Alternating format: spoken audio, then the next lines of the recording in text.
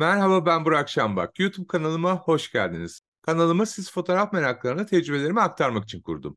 Uzun yıllardır Türkiye'nin pek çok farklı yerinde birçok farklı dalda fotoğraf eğitimleri veriyorum. Bu eğitimler makine menüsünü tanıma, çekim teknikleri, ışık, kompozisyon gibi giriş seviyesi fotoğraf eğitimlerinin yanı sıra ileri çekim teknikleri, kızılötesi fotoğraf çekimi, portre fotoğrafçılığı, mobil fotoğrafçılık ve Photoshop gibi pek çok farklı konuyu kapsıyor. Herhangi bir konuda sorunuz olursa, birebir veya grup eğitimleri almak isterseniz şu anda ekranda gördüğünüz e-posta veya Instagram hesabım aracılığıyla bana ulaşabilirsiniz. Ayrıca fotoğrafa ait özgeçmişimi de bu videonun yanındaki açıklama kısmına ekledim. Sizler için hazırladığım videolardan haberdar olmak için kanalıma üye olmanızı ve videolar yayınlandığı zaman haberdar olmak için de çan simgesine tıklamanızı öneriyorum.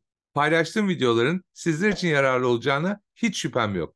Daha iyi fotoğraflarda görüşmek üzere. Kendinize çok iyi bakın. Ben Burak Şambak. Selam ve sevgilerimle. Hoşça kalın.